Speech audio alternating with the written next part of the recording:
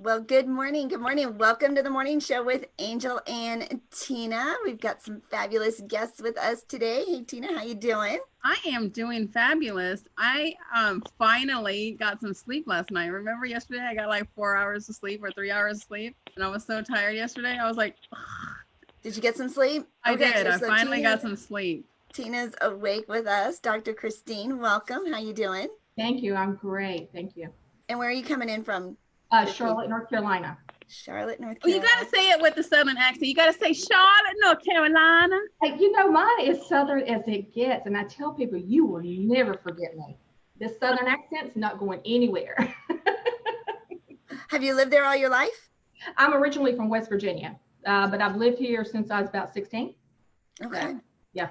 All right, so we're all going to talk like Southern belles after this. We're going to all talk like we're from Charlotte, North Carolina.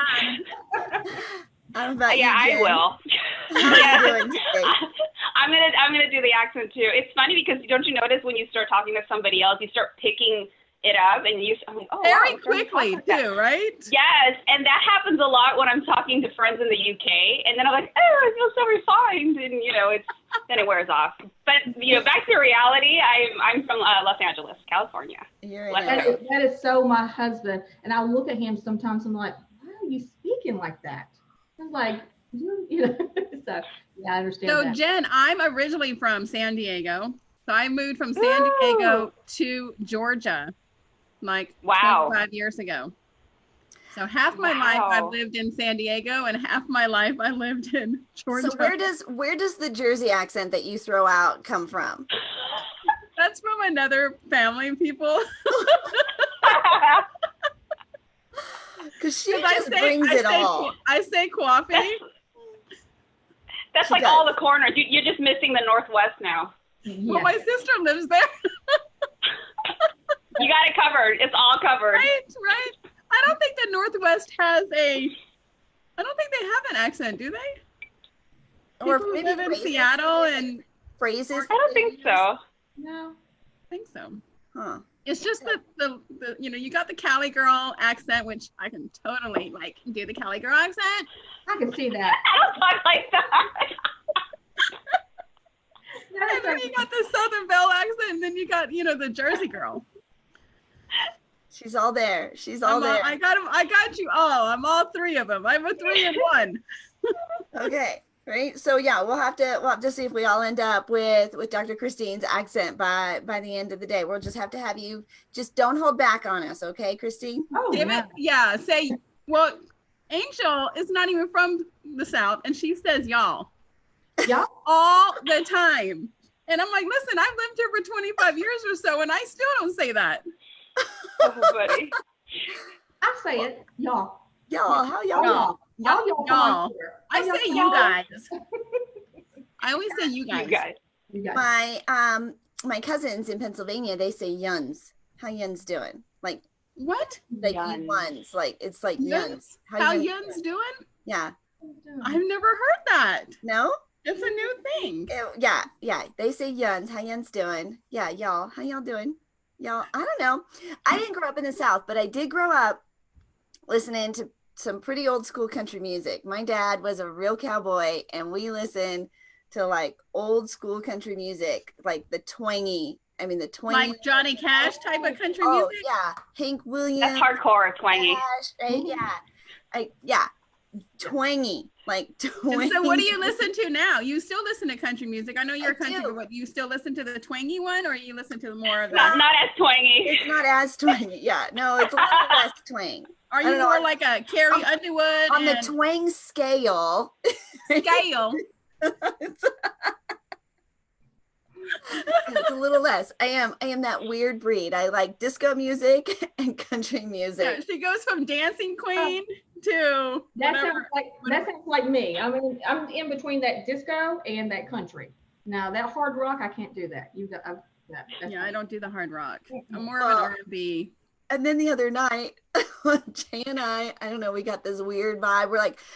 We were talking about something. We must have seen something on TV or something on social media about Barry Manilow. And so I put on my little Barry Manilow. I'm like, looking for a Barry Manilow app, like a station, and Tina's like, "You were doing what?" Like Barry Manilow dinner. Oh, Mandy, like we're singing along. And then you were listening to Prince the other night too. Oh yeah. Oh, I could do me some Prince. I like listening to Prince, when I'm cleaning the house or whatever, and I'm just dancing away. Yeah, gotta love Prince, right? And then, well, they did that. They were streaming his Purple Rain concert, and they did like a special streaming of it a couple weeks ago, right? On the anniversary. And I was telling Tina, I was watching it, and it was fabulous. Like, I'm having a great time. And then at the end, it was like, I told her, I said it, a 25-minute song. 25-minute song of Purple Rain. I'm like, and after a while, I was like, had enough. And she's like, Angel, that was how it was originally. Yeah. It's like this 25-minute song. Kept doing the guitar stuff. But it was at the end, and I'd gone all day, and I was just like, okay, I'm good. I'm good. Prince can go home now. Turn off. That was the extended version. It was every extension that could be. And I'm sure, like, if you're there at the concert, they're like, keep it going, keep it going, keep it going. With your lighter. Your arm is getting numb. You're up there for 20 minutes with your arm. You're like, dang. Okay, have you guys you're like this. Any concerts or anything from home, or like any new fun things you've been able to catch since you've been home? A lot of TV, catch up on series. The Last Kingdom. Have you watched The Last Kingdom? No. Oh my God, on Netflix. It's amazing. But I like that fantasy stuff, like The Last Kingdom. Of course, Tina, that I'm a sword collector, a Renaissance sword. So I like those kind of movies. But my husband and I, we will sit and binge watch. So we sit and binge watch The Last Kingdom for 2 weekends in a row. So So it's a series? Is it a TV series? On Netflix. Okay. And what's it about? It's about a king that was like 8 years old that got thrown from his kingdom when his father had passed away by his uncle, and he fights to get it back. But he never ends up getting back there because he's fighting for peace for these other kingdoms. So it's really. She has like swords in her house. Wow. You do sword stuff? Like swords, like all on her walls. Yes. How cool. I love Renaissance swords. I have Renaissance swords. People, when they come into my house, they'll like, "Oh, Ron, I like your swords." And my husband will like, "They're not mine, they're hers." So I love just. She's the crazy How one. did you get into Renaissance swords? Like, where did that come from? I don't know. It was just something that I went to. We have a Renaissance festival here in Charlotte every year, and it's. Wait, do you dress up too? Not yet. I haven't. Well, I put the little flowers in my hair, but that's about it. Oh, you got to get the dress. The dress is so cool. You have to get it. I know. Wait, Angel, don't you have flowers like that? Oh, I do have the flowers that I got from Sharon. But I have a friend who travels. They get all dressed up in the garb and do the Renaissance festivals. They have some really authentic looking costumes. They look so hot though, because the Renaissance festivals are in the summer. And they're like in velvet and drapes. Oh my gosh. Right? Well, that's exactly what I think of, the heat. Oh my goodness. We're lucky we get it in our Renaissance Festival is in October, November. But but as Tina knows, our weather is bipolar. So one day it can be 90, next day it can be 20. Oh. Or snowing. Yeah, or snowing. That's like Colorado. Yeah, we get that. We get that. Okay, the South has a little bipolarness to kind her of music Mother or kind Nature. of concerts or anything. What have you been like doing that you wouldn't have normally done? I feel like my life has just been. I think it's just been Zoom. I think my life has just been Zoom and podcast. But it's been it's been fun because you're not doing real events in face to face anymore. So it's been a really great experience for me, I have to say, which, not everybody can say that this quarantine has been great. Although I will say the homeschooling nearly killed me, especially the first 2 weeks. I have a young son, right? Yes, he just turned 9 yesterday. And girls, let me tell you, I wanted to just kill myself because the homeschooling thing. So all those parodies and those videos you've seen online, I want to laugh and cry. Yes, they're all true. I wanted to laugh and cry at the same time, but and I have to say, towards the end, I was like, yeah, whatever. If you turn it in, you turn it in. If you did it, you did it. I was just like, I'm done. I'm done. Like, they're not gonna fail any. They're not gonna fail any of you.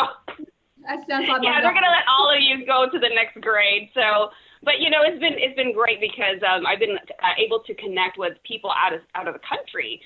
So it's been really cool being able to talk to people in Australia, the UK, even Italy. So that's been a really interesting experience. And then, we're even already converting time zones here, East Coast, West Coast. And then it gets crazy when you're like, oh, wait, we're a 9-hour difference. And I just booked one in a podcast for somebody in India. And it was just interesting to see, like, oh, my goodness, now we're really converting a lot of time zones. So, but it's been fun. I've been enjoying this time. Yeah, the time zone, I've always struggled with that for some reason. Like, and we'll even, when you're texting somebody and here's the time and can you meet at 10? And they're like, what time zone? You're like, oh. Yeah. But even when you do say the time zone, it's still like, it is. I think that's been one of the biggest challenges. So when going international, we've got Dr. Marina, who is 9 hours ahead of us. And yeah, right. And so that, thank goodness, like when we use the tools, when we use the scheduling apps, it's smarter than we are. When we try to intervene, right, I'm calling, we're late, I'm missing it, and they're texting, how about now? I'm like, we're an hour early, you're 3 hours different. What are you talking about, how about now? We're still an hour before. Yeah, right, why now? What are you talking about? Well, I watched, this was early on. Like one of the first couple weeks, the Metropolitan Opera House started streaming their operas. And so it was really cool. I saw my first opera at the Metropolitan Opera House from my couch while eating a pint of ice cream. So very classy. While I sat there and your sweats. Yeah, right. Yeah, very classy. But then, I got to see the streaming concert. And I know lots of Netflix binging, people have been watching movies and stuff, but yeah, it's been a lot. I have to ask, Christine, have you watched The Tiger King? No, I have not. My daughter and son keep saying, you've got to watch The Tiger King. And I keep turning on there and I'm like, I just can't get past that. I just can't. I've done that first episode, and I don't even think we got through the first episode. What are we watching? How many times in like 15 minutes? I'm like, I can't do this. I can't even get past a couple of seconds. I just can't get past the look. Angel, have you seen it? No. It's like he's in the 80s. Yes. Isn't it like a mullet or something? Yeah. Yes. I've seen pictures because didn't somebody have their virtual backdrop? They were like going through it. It was Brian. He was an option on his virtual backdrop was to have this guy. Yeah, you've seen his face in the tiger right here. My daughter and son is trying to get me to, and I'm like, I just can't. I just have more time in my day for productive things than to watch that. Right? Okay, and then I was like, wait, what? Stuff like that fascinates me because I've been like on the backside of production where people are bringing their ideas and we're brainstorming like what's gonna fly, what are we gonna produce, and somebody had this idea, like you almost kind of think like what were they smoking around the table to go, what we should do? What we should put together? Yes. Well, and since everybody is going to be on lockdown and they have no other choice but to watch Netflix, they'll watch The Tiger King. They'll watch this. But somebody had to come up with the idea, like a group of, and then they had to pitch it to other people to approve of and say, yeah, let's run with that. And here's a budget, right, that you can have for that production. Like it had to go through so many people. But the whole thing is a true story. It's all based on a true story, Angel. Like, I don't even know what happened. I just see, the tabloids and the memes. Apparently somebody killed somebody and both of them are in jail, or one of them is in jail, and now one of them got all the tigers. And I'm like, well, they were talking about that on Kelly and Ryan this morning, the exact same thing about how he's in jail, and because he's plotted to kill her, she now has control of the tigers. Some. Oh, so like that's too much reality for real. Yeah, it's a Yes. TV Like show. this is based on a true story. Yes. Oh, I did not know that. Yes. Oh yeah, Angel. I had somebody have to explain it to me. Look, I'm not gonna put in time for it. I go, just give me the synopsis, and it just sounded like, are you serious? Is this for real? It's that bizarre, and it's like, wait, there's people that own tigers, and there's like this whole drama story behind it. So there's a murder scene and all this stuff, and you're just like, what? You're like, wait, what? Yes. And then how I heard enough. But you can't get through the first stupid episode. No. You're like, Mm-mm. what are we watching? Yeah. See, you are my daughter. I told you. Okay. So I know we weren't gonna say this on the episode, but Tina keeps calling Dr. Christine her mom, right? Because like, how long have you guys known each other, and how close Like are you guys? 15 years, I think. Yeah. We've known each other for a very long time through eWomen Network. Oh. But it was just like 2 years ago, her and I went on a road trip to Atlanta. And so I was like, hey, Close with somebody. You'll get close with somebody in the car, so, right? I went to her house and I stayed the night and we had a good old time, and we left early in the morning and we took her, what is it, a Corvette? Yep. She has a Corvette, really cute Corvette. So it was two hot girls in a Corvette driving down to Atlanta, right? And That's a TV show itself. right. And she was gonna meet my other best friend down in Atlanta, who she calls me her daughter too, because she's old enough to be my mom.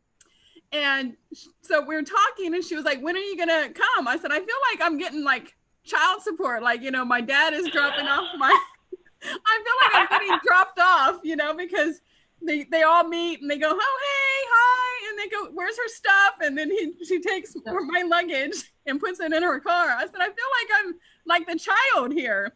And she goes, well, was she good? And, you know, then they started talking. And then, you know, at the end of the trip, my other friend had to drop me off again to meet her. Mm-hmm. And she was like, she was off the chain. You need to make sure she's in timeout. And so like anytime I put something sarcastic, of course, you know, on Facebook, she goes, I'm going to tell your mom. And then, so it was just a big thing. And her first name is?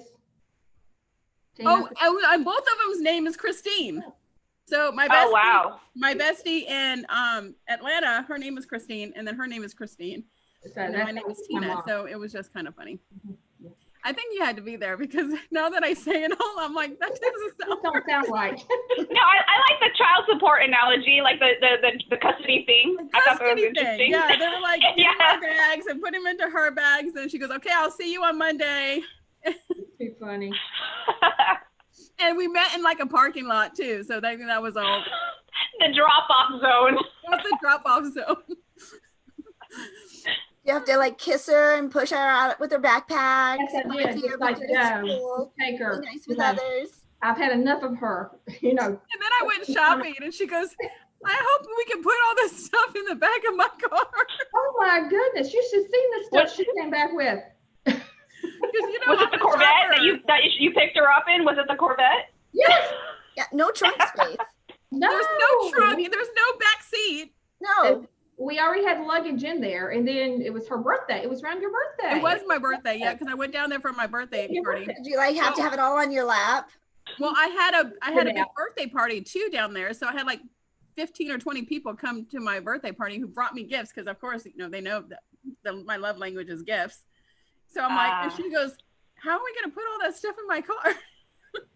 I was like, "Oh, sorry, Mom. Sorry, Mom." Oh.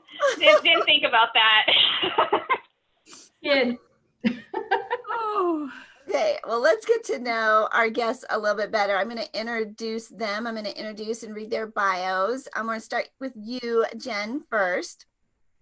Jen is a certified money coach, speaker, best-selling author. She just published her sixth book, number 6, Do Before I Do. And over the last 15 years, she's worked with organizations such as the Walt Disney Company, Warner Brothers, Target, Goodwill, the Air Force. She's appeared on radio and TV, podcasts, and blogs, sharing her money management expertise and knowledge. She loves helping entrepreneurial women master their money and their mindset so they can create lasting and transformative change that empowers them to gain clarity, hope, and confidence and confidence and create an incredible financial future. Jen, we're so excited to have you here. Welcome. Me too. Thank you. What an impressive bio. Thank you. Okay, so book number 6 is Do Before I Do. Do what before I do what? Great question. It's basically it's the questions and the conversations that couples should have before making the next big step, whether that's moving in together or getting married. Because a lot of times in relationships, we think about, we get along so well, we are emotionally compatible, but a lot of times many couples fail to find out if they're financially compatible. And the whole reason why I even thought of this whole concept was because when I was a financial advisor, I saw many times the arguments that were centered around money. I went through a divorce myself. On top of that, it was, research and statistics, you would see that the biggest cause of divorce is actually, communication around finances. And so I used to run workshops as well. And I sat there and I thought, oh my goodness, what if we could prevent all this and go back before all this mess starts, and then find out, because the workshop was for women. And unfortunately, the thing that I would hear repeatedly was, I wish I knew more about the money. I wished I knew what was going on. I know I'm so stupid. I let my husband take care of all of it. I didn't know what was going on. And now they're in a space where there's guilt, there's unforgiveness, there is this, like, I'm so dumb, and it's like, of course, that's a whole other thing that they need to work on, but it was just really empowering people, because it's not just women. There are, I know some couples where the man does not know what's going on, but the whole point is you all need to be, I just said y'all need to be on the same page.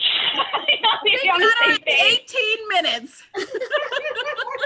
we converted you. Yeah, y'all need to be on the same page and have those conversations about money, so that you're moving forward, and there's no, of course there's going to be surprises. Of course there's going to be things. But, the thing that I've been telling people is, like, the better that you can be proactive, then you don't need to be reactive. And so it's just setting up people to be empowered to know, okay, these are things we need to talk about. I know it's not easy, but guiding couples, okay, these are and even for, single people, there's a lot of questions that, for after every chapter, okay, have you even thought about these things? Like, for example, how do you feel about lending or borrowing money to friends and family? What's going to happen when our parents are, older? Who's going to take care of them? Where's that financial responsibility going to come from? So things that's like, oh, we didn't think about it, because what do you see most of the time? People finding themselves in that situation and then trying to figure out, oh, what do we do now? It's like, no, we want to try to be prepared before it happens. Those are some pretty deep questions, Jen, right? Topics to cover, right? Loaning money to friends, financially handling our, when our parents are older. Those are some deep questions that, when you're in that throes of, oh, I'm in love and they were so fun and I just want to spend the rest of my life with him and it's all, fabulous, like, to bring it back to reality. How much debt are you in? Yeah. At what point, Jen, do we ask that? Like, is that a third date question? Is that a first date? That's interesting, because a lot of people have asked that question, and I say, one, it depends on what's your goal. There's the casual dating. If you're not really trying to be serious with somebody, right? It's like, oh, I just want to have fun, hang out with somebody, companionship, whatever. Okay, that situation, I wouldn't suggest, if you want a second date, probably not asking their FICO score. Yeah, probably not a good idea. So not on the first date? Not on the first date. So that's however. And what's your social? Yeah, last date. Oh, I'm putting your stuff in my Credit Karma so I can look at your credit score. Or let me run a background check on you. And hey, but you know what? That's not a good idea.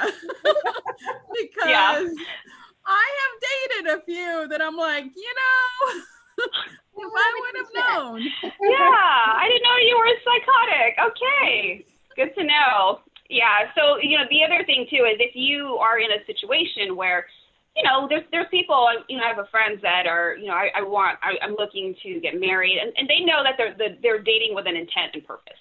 So if that's the situation, then, get to know the person. And if it depends on how early or fast you build the rapport. But if you early on, you kind of like, okay, you know what? I really like this person. I see this going somewhere. At some point, you got to determine, like, here's the thing. And I heard this from another person. I was like, yeah, this is good. It's when you think about it, when you go on these dates, it's like, okay, depending on it, what I'm talking about, having sex, right? For example.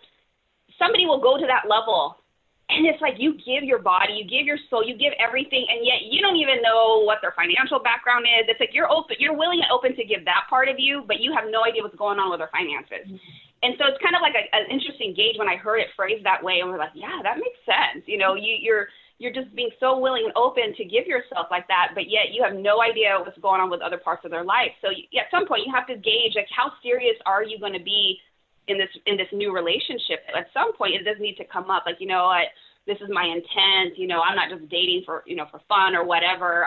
So we need to express, like, what are our intentions for the purpose of why we're dating or being with this person, and then say, okay, well, how do you feel about this? And just kind of ease into that conversation and kind of gauge it, because everybody is coming from a different background. And the other thing too that I've worked with clients is, there is a lot of history, and I call it the money bio, the money story, where people have gone through, sometimes there might be a really bad experience when they grew up around money. Maybe the family was poor, or maybe there was a lot of negative money mindset that the parents ingrained in the person as a child. So as they grow up, they don't realize, oh my goodness, these are the things that have affected the financial decisions I'm making now. So I say all that because when we understand where somebody's coming from, we have a better understanding, oh, this is why they're spending so much money. This is, oh, they're compensating for some past hurt. Because sometimes we're so quick to judge, like, oh my gosh, I don't know what's wrong with that person. Like, why can't you get a grip on your situation? And yet we don't realize a lot of that is stemming from childhood. A lot of that is stemming from the past, that they inherited these subconscious patterns, whether it came from the mother or the father, or if it was inherited. And so, that's why I would, couple this, like, okay, we have to have some grace and compassion to try to understand, where is this person coming from? Because sometimes you'll realize when you uncover those things, like, okay, now I understand why they have such a hard time talking about this. So it's not a cookie cutter thing, but it's like, just like therapy, every situation is different. I'm not a therapist, though. So, we do need to evaluate, okay, where's this person coming from? Okay, this is some past hurt that they're dealing with, because sometimes some people get traumatized. I'll give you a quick example. Somebody might have grown up where they heard a lot of times in the household, like, well, my mom kept saying, we can't afford this, I couldn't get this. And so when they become an adult and now they're in the workforce making income and whatnot, you might see people just like constantly buying things. It's because it's compensating. Like, I knew what it was like to grow up and I didn't have anything. And so and they might not be saying this, but these are like the patterns that are showing up. It's like, yes, it's like, oh, I have this fear that I'm not going to have the money. I have this fear that I can do it now. I better do it because I didn't have this before. So, those are some of the things that we discover when we take a look at what they've gone through. But yeah, it's a touchy subject, because I had like, well, when do I ask about this and when should I ask about this? It's when you're comfortable, because we all have friends who are, oh my gosh, they've been dating for 16 years and are not married yet. And then you have the friend. I just had a really close friend. She reconnected with a friend from high school. They got married after 2 months. So, the range is different. We've seen it all, where people take forever, and then there's some that just like did it, like they just knew right away, right? So it really depends on your own situation. Do you have a form that you can slide into your date that you're like, can you fill this out for me so I can get all your financial credentials? Right. I'm going to send you a Bitly link, and it's an online quiz. Can you just fill that out for me and let me know? Right, I know that's a good idea. We're on the third date, so apparently I'm supposed to be sending this to you. Yes, all answers are confidential. Jen, that when you talked about like giving yourself, like your whole self, right? There are couples, they never even mingle money, right? They keep separate accounts like throughout their entire relationship. Isn't like that weird? That is. So when you talk about money, it's almost like the ultimate. I don't know. It's like the conversation. It right? is the thing, right? Like, because there are couples that never even get to a place. No, he has his money and I have my money. Right. and keep it separate so they don't ever get to that place. My husband and I do a financial summit every month. I love it. I love that you guys do that. So that we're on the same page. But it stemmed from miscommunication, right? Or not exactly how sure much money have you spent this week on at the airport boutiques? Oh, I know. Having my own credit card, having my own PayPal, right? We each kind of have our own little mad money because, just sometimes you don't want to be accountable. Like, don't ask. Like there would be times I'd come home from shopping, like, just don't ask. Like, you don't want to know, and I don't want to tell you. So let's just drop it. Okay, I have a question for you because I used to do this all the time. So when you go shopping, do you ever take your bags and like run them upstairs and like hide? He watches these videos. He's the one that uploads these onto YouTube. He don't watch the whole thing though. He does. Oh. and you come out and you're like, he's like, oh, that's nice. What'd you get? I've had this forever. Oh, this old thing.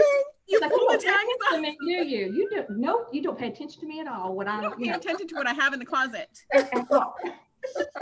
As you're ripping up the bag and the tags and throwing them away. And you gotta like hide the tags in the trash can, right? Oh my goodness! I'm the only one who used to do that.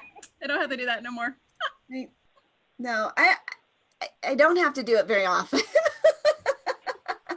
Jay, she does not do this very often. Very often. However, hypothetical. This is just a hypothetical question. She definitely hasn't done it in the last 90 days. That is true. I have not bought and hid anything in the last 90 days. I have not left the house. I have not gone shopping. Yeah, no. Oh my God. Right? And most of the stuff, if I need it, I just have Jake. Can you order me that? Can you put that? Can you do that? In fact, well, here's my most recent purchase. Was Tina and I on our microphone. Oh, I like Wow, that's fancy. I love it. Oh, you have one too. And it matches your background. It does, but hers doesn't. Mine doesn't. This is one of those examples of, so we had a guest on the show. We were talking about getting a prop, and she's like, you need this one because it amplifies your voice. And so I told Jay, I'm like, she sent us the link. And so I sent it over to Jay. Can you order it? Well, when I got it, Tina said, you should have ordered the hot pink one because they have it in my branding colors. But I wasn't specific when I sent it over to Jay to shop for me. But no, we both got the same color. You've got to send me the link. I love it. It is amazing. It is so cool. It's better than mine. Mine's just that. And it has a cute little case that you can bring it into. I want one. Yes, does it come in green or blue? I think they have like 20 different colors. See, Jen, you're like me. I'm a green and blue girl. I'm a green and blue girl. I know I'm a pink girl, obviously. One of the ladies, and Tina knows her, she says, you don't put anything on except green and blue. Nothing else. For real. You're always in like a royal blue color every time I see you. Because of LaShonda, she comes and she says, green and blue is your color, anything else. And she's right. If I put red on, it's not my color. If I put like yellow on, that's not my color. If I put any kind of blue, she says, especially when you're on stage or doing anything. Well, and you guys probably can't see it, but she has red hair. So that green and blue. It's in the back. Yeah, back. My daughter does it. My daughter's a cosmetologist. So. Her other daughter. Yeah. My other daughter. Oh, yes. So the reds are just gorgeous. Yes. Yeah, you can that makes sense. Oh, I love red hair with green. Oh, it's beautiful. The mermaid color, my daughter did her granddaughter. Her granddaughter's 11 years old. She just turned 11 in March, and she did her hair in the mermaid. It looks fabulous. I said, if I wasn't that as old as I was, I'd get it. It's just a number. It's just a number, right? All right. So Jen, how can people get the book? How can they follow you, get connected with you? I know it's on your background, but. Yes. But you can check out the book at www.dobeforeido.com. And if you want to reach me, you can connect with me on the social media handles up there on Facebook, Twitter, and Instagram at Jen Money Coach. Fabulous. Yep. And I she's love got it. her beautiful background, her beautiful backdrop. And right, it's So so I sweet think we because need that. So we can say, and then you can call me here, and then you can reach me here. it's perfect, Yes. right? Because you've been on all these Zooms and now we don't have to wait. We can start to go check you out and Yes. right, and have all of that in front of us, right? Before you even have to I say. started to say, is that one of the Zoom backgrounds? It is. It is. Yeah, it's virtual. Yeah. Well, I created it. I love it. Yeah, then you just import it. Yes, I tell people do it. Put your branding stuff up there. It's so easy. People see it. It's easy to, especially because my last name is really long and nobody knows how to pronounce it. So I had to just make it simple. And so, yeah, and then I'm just like, just there. Go there. Yeah, For me to spell it out, oh, goodness. I know. Is it one N? I know. You totally get it. So. See, my maiden name was very simple. It was Roberts. Oh, wow. Yeah. Very simple. And now we have Dr. Christine. Kozachuk. Kozachuk. That's it. Right. We even had this conversation before we went on, and I had it, and then I'm looking at it, I'm like, oh shoot, I forgot Kozachuk. And it is. Once you say that and you look at it, it's like exactly how it is. My maiden name was Zaborowski. Oh. And yeah, but you could sound like it sounded out. You could kind of get there. Tuccy, ain't nobody getting that right. Right? Well, like, and some people say, what do they say? Tuccy. Tuccy. Tuccy, Tuccy. I think it's Tuccy. I think I get the most because of the double C's, right? The hard C's, right? Yeah. It was one of those. My husband's great grandpa, when he came through Ellis Island, they shortened it, right? And so it was, one of these beautiful, I think it was like Torchiano or something like that. But this is what it is. So when I do my bio, when I send my bio out for a speaker bio, I put the phonetic spelling on how to pronounce it. But even then, people still couldn't get it. So now I put, it rhymes with fussy. So I'm fussy because I'm fussy. And they're like, okay, she's a little fussy Tussy. Okay, right? All these things that we do to make it easy to be introduced. So it doesn't take up the entire interview to talk about. Exactly. All right, well, we've got we're calling her Dr. Christine, right? Like if she's going to go through all the trouble of having that doctor name, right, title.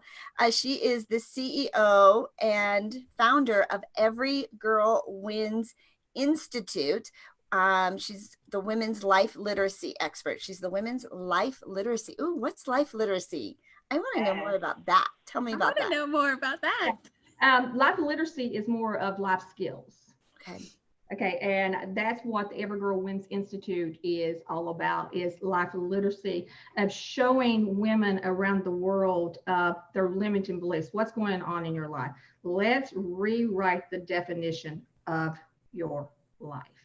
So that's how did you get involved with that? Oh, that comes back to my life story. So, I have Tina's just over there giggling. Like she knows the inside scoop. She even tells you half her story. She has a story. Yeah, I'm going to go tell you that's how I came up with how I came up with the Every Girl Wins Institute is based on my life story. At the age of 13, I became pregnant with my first child. Married 13. At 13. 13. At 13, married his father at the age of 14. Went on to have. You were married. What state were you in? West Virginia. I'm looking to see if I can find my picture, because I usually have my picture, but I had to rearrange my office, so I was going to show you the picture of it. But age 14, and then I went on to have 2 more children with him at the time I was 18 years old. And through that, it was the physical abuse, it was the emotional abuse. I was abused physically and mentally every single day of my life. And when I became pregnant, I was, criticized through the community of, you won't mount anything, you're unworthy, you will never do anything with your life, you've ruined your life. But the day that I left him at 18 years old, I was literally on death's doors. He had beat me all day. And when I left him, I left with 3 children on my hip. I had no car, no transportation. I had no money. I had nowhere to go because I had moved from West Virginia to North Carolina at that time. I had no education because I had stopped in my highest education was the 6th grade. And that when I walked up that door, I knew I had to survive, not just for me, but I had to also survive for my children. So I became the leader, definitely a survival leader of my life. So I went on to marry an amazing man that I've been with 30 years. And we have created an amazing life together. I went back to school and we started a company called RC Mobile Truck Repair Company that we still run today in Charlotte for the last 25 years. So we have built an incredible life for ourselves. When people tell you you can't, let me tell you what, you can. So that is exactly how the Every Girl Wins Institute came about. Wow. Showing women that no matter what you've done in life and what's happened in your life, you can also overcome it. Wow. Wow. What an inspiration. What an inspiration. At 13 years old. Can you imagine? I know, right? I know I've got daughters, right? And I think about, and I remember being 13, like we're babies, right? Babies having babies at that point. Yes. I have a grandson. My oldest grandson's 16. My youngest grandson is 7.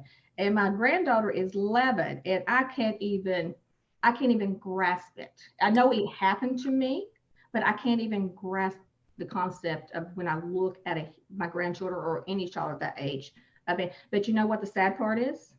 It still happens every single day in this world of children getting pregnant and these child brides. It just doesn't happen in Africa. It just doesn't happen in Guyana, it happens right here in America. And the problem is we Americans want to close our eyes to it. Okay, so how is Every Girl Wins? Like, how are you making that impact? How are you? I go around the world speaking to women and young ladies all around the world. I also have classes that I teach, these classes in Guyana and Kenya, and we're getting ready to start in Uganda whenever this epidemic stops, whenever that stops. But I go around speaking and teaching all over the world to these young ladies and these women around the world. This life literacy program. We've got a gal who we work with here who has started up some programs in Sierra Leone and in Ghana. Also, domestic violence situation that she walked away from. But there is hope, right? And yes, there's absolutely hope. And there are resources. How, Christine, what's like the best way for folks to get involved and to get more information? You can go to my website, everygirlwins.com, and it'll give you all the information that you need, how to contact me, how to call me, how to register your classes if you want to just be an individual student, or if you want to register a group of young women that need it together. But all the information is right there. We also have what I just started last month was called a Plant a Garden Project. And what we're doing with this Plant a Garden Project is a lot of people, what's happening is they're not dying from this virus. They are dying from starvation. They are dying from hunger. So if we can show these young women and these young ladies how to plant a garden, be self-sufficient, they won't have to worry about that. So that's one of the projects that you can look at also. That's on my website. Now, Christine is an ambassador. Yeah, and World Civility Ambassador. Yes, I am a World Civility Ambassador. Yes. She's big time. You are, yeah. What a blessing, right? To see that, and we talk about how so many of our guests have turned around incredible adversity, and turned it into an opportunity to bring and to lift up others, that they came out of it. And so, thank you for sharing your story and telling your story and being that influence and that impact, because you're saving lives. Yes. Right? Yes. She has photos with kings of Africa and queens, and I'm like, and you know what, when I look back and I look at when people told me that I'd be nobody, that I'd ruined my life, that and that's what I show, especially digitally, show women and young girls that's been through that here I am at they're telling me I'll be nobody at the age of 13. But here I am at the age of 48, sitting in a kingdom with a king and queen mother.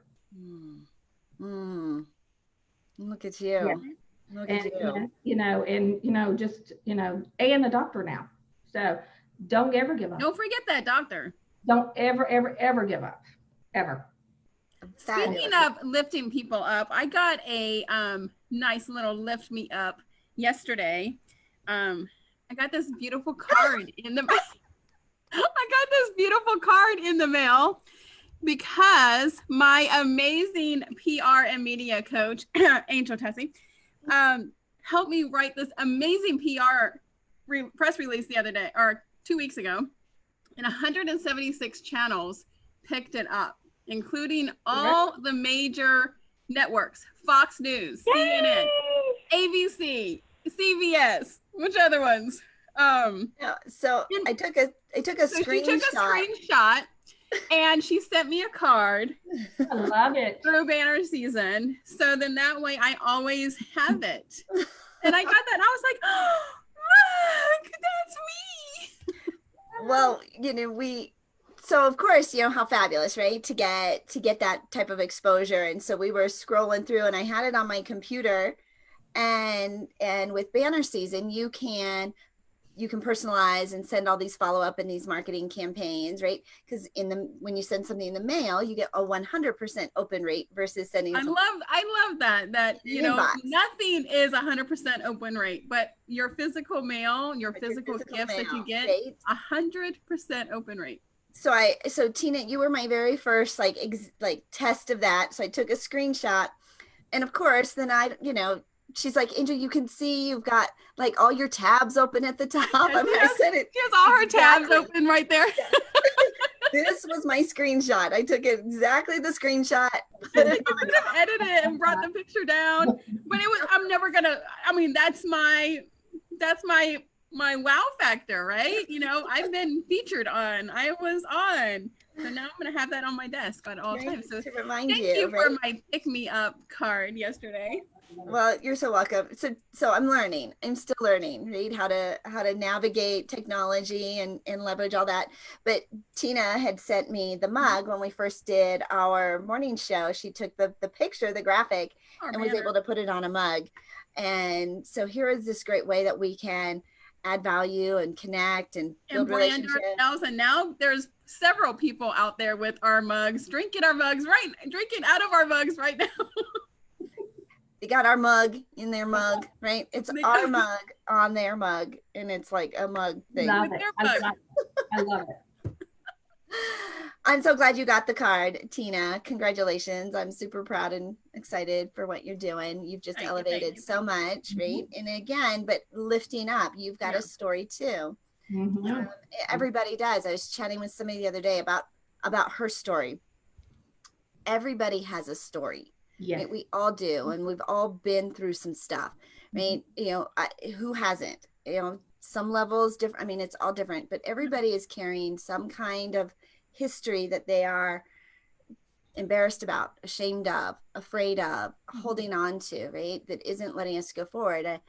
Somebody, and it just. Or think they're the only ones. And they think they're the only ones. And right now, there's so much that's being triggered by what's going on in the world that we're almost like having, everybody's got these little PTSD responses and reactions. It pulls us right back to some of those really scary times in our lives. But there are people out there that you can reach out to. There are resources. You don't have to go through any of this alone. We want to help, right? What can we do? We can't always fix it, but there's tremendous value in having just support and accountability, or somebody saying, I know how you feel, right? I walked through the same thing, or I walked through something similar, and you are not alone. And I think that's just so important for us to reach out and lift each other up and have grace and patience. Even Jen, as you talked about, right? Our stories are all different, but when they're not just being crazy. They're not just wanting to spend money. There's a past, there's a history there that they're compensating for or trying to mask in some way. And so just and don't have judgment, don't be so judgmental on people Yeah, because well, you never know their story. Yeah. Well, with Jen, when Exactly. she was talking about the money issues, when it goes back to your childhood, immediately I went back to one of my programs that starts with Every Girl Wins is limiting beliefs. And that's one of the biggest things is it does go back to the childhood of money, of a lot of limiting beliefs on that. yeah, I imagine you had some limiting beliefs about money, Christine, growing Oh, up. yes. a lot of limiting beliefs about money. It's and like I said, I went from poverty to, I tell people, to counting pennies, to buy toilet paper at the Walmart store, to now I'm able to walk into any store and buy anything that I want to buy. Mm-hmm. What a beautiful story. What a beautiful story. Yes. All right, so Jen, what exciting project are you working on? I know the book just came out, but what exciting thing are you looking forward to? Yeah, there's a couple of projects. One is a money circle group where want to work with some women to uncover these beliefs and walk them through that. And there's some archetypes we identify to find out, like, oh, okay, I'm exhibiting these types of things. So that's one thing. And then I'm finally getting a Facebook group together to talk about money and mindset mastery and types of things like that, to just have a place to have people and support them in that journey and improving that area of our life in the area of finances. What is your group? What is it called? Oh my goodness, what was it? Mastering. I think it was mastering your money and mindset for entrepreneurial women. Yeah, I love it. I love it. And make sure you put it in the comments below, right? I will. Yeah, because there's a lot of people that catch the show, they catch it live, but of course, later on in the day and and throughout the week, they're catching the show. So make sure that you guys go and put those resources in, because they're both of them so valuable, so valuable. Life literacy, right? Financial literacy, having those really important and deep conversations, and not to be afraid of them, but to be prepared. And when you've got a book that you're going through together, like, it's not me asking, I'm just following what's in the book, right? Like, it kind of takes some of the pressure off of you to ask for it. So this is fabulous. How about Jen, I can't wait to use my quiz on my future dates. All right. Your online form. My online forum. You have to go through the whole process if you want to date me. It is. There you go. It is. We have to have these conversations, right? Because you're setting yourself up for, if that's the number one, or one of the leading causes of a divorce, to have that conversation before. You want to know before I do. Oh, yeah. I just got it. I just put it all together. Brilliant, Jen, brilliant. Love it. You know who actually came up with it? It was Roberto. Roberto came up with that. Oh, okay, right. So see, I've only had a little coffee today, and she comes awake after the 4th or 5th. Oh, I always tell people 3rd cup of coffee is my favorite. And then you're ready to go. Iron on everything. Yeah, you can't see it, but she has a disco ball right there next to her. This is my disco That's ball. one thing I miss is coffee. I miss coffee. Oh my gosh, for real. With the light. I miss coffee so much. A dancing emergency, right? Just in case. I love it. Right? Love it. And then, Christine, what kind of special projects do you have going on? Well, right now I am working on several books. I just finished the one with a couple authors, the ambassador of Burundi, and a few other ones called Business Stability. And then also we're getting ready to start with another author that I have that is called Negotiations, Networking, and the Power of No, which is another business book. And then I'm working on another project with one of my classes in Kenya, because Letters of Love, Dear Loved Ones, which is actually volume 2, which is they write love letters to themselves and to the females in their lives, and the proceeds of that will go to help with their climate control in their village. So that's just a few projects right now. And I'm also, people have encouraged me to write a full book on my own about my life story. So that's one thing that it's also in the book. Oh, it works. It's not going to, it's going to be more of a workbook based on my life story. So yes. Oh, I love that. Right. Absolutely. Wow. Love it. Impact so many people when you're an author, right, Jen? Oh, yes. Yeah. So she's a 6-time author. Angel is an 11-time author. How many books have you wrote, Christine? 5. I need to get with the program. You do. I co-authored one. I wrote my journal, which was #1 bestseller on Amazon. And I'm working on working on your third one. My third one. Hashtag my next book. Hashtag my next book. I love it. Beyond gratitude, creating the connection for a lifetime. I love that. Love it, love it, love it. Oh, awesome. Isn't that great? Isn't that great? I think that we're all just, there's just so much opportunity right now. Adversity brings that out. And when you're around the right people that lift you up and inspire you and motivate you and push you, right? Not let you, I mean, there's times where we just want to sit and eat ice cream, but, rise watch up the Met Opera. Right. And watch opera. It was kind of fun. It was in German. It was in German. And you sat there and listened to it? Yeah, it had subtitles. Oh. Oh, okay, that's different because I can't get with it if I don't even know what they're saying. But that's different because then you had the story. The story was being revealed to you. Okay. There you go. There you go. Yeah, I don't think I could have had as good of an experience actually in person because it was. They don't have the subtitles. German, but on streaming they had subtitles. They need to have a screen like in church and then have the subtitles in the screen. Yes, right where you sing along. Yes, Yes. absolutely. She has her glasses. I'm so fancy. I'm so fancy. Fancy. Well, we are wrapping up our Media Mastery Bootcamp today. It's day 3. We've been hosting it all week long. It's been just incredible to watch these entrepreneurs leverage their story, craft their media story to position themselves for the media. We talk about publishing, how valuable that is for getting media exposure. And we're wrapping up today. It's going to be so much fun. We're doing media training. Oh, jeez. Did Tina send me coffee? That wasn't from me. Wait, was it? That wasn't from me. So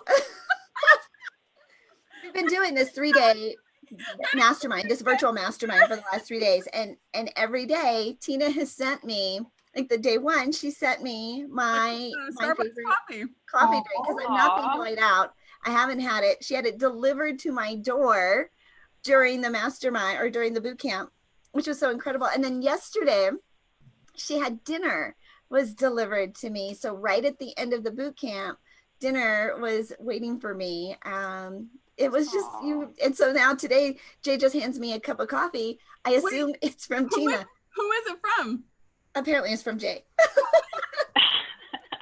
My husband. He's like, I will not let Tina. Outdo him. Oh, don't fight over me. Don't fight over me. What are you going to send me today, Tina? Oh my gosh. Thank you. Thank you. Oh, geez. So the Media Mastery, 3rd day today. Yes, right? yes. Well, don't you have a workshop coming up too, right? Yeah, next week we have how to leverage press releases, how to use those press releases to get media exposure. So we're doing a free workshop to get all of these babies. That came all from a press release, which was super dynamite.